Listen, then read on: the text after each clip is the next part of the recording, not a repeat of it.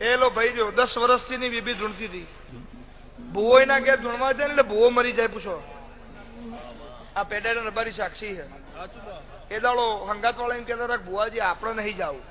તમારો ભુવાનું થાય ભાઈ, મારે નહીં કેવું એ જ કે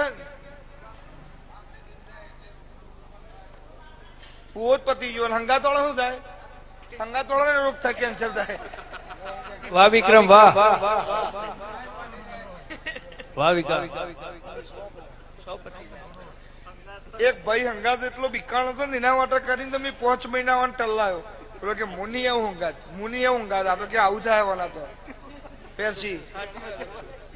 એક દાડો હું એવું બોલી મારી છી હર 5 ની કલમ આલો તો ઘેર જાવું છે, બાકી જવું શરીર કોઈ બહાર ધણી જતા. કલમ આવી ધોણી 10 વર્ષથી દીકરી ધોણતી હતી. સારા સારા હોંડ પપ્પુ દદુ થાચી જતા બરોબર. અને 24 કલાકમાં મટાડીને ઘેરાઈ ના ધૂણા છે. અરે જીવ તો જતો રહે ને તો 42 મારે બાબા લેકે આયા था क्या लेके जाएगा क्या. પણ કોઈ તો એક નિયમ છે, કરોડપતિઓ તમે તમારા ઘેર, ખરબોપતિઓ તમે તમારા ઘેર બરાબર.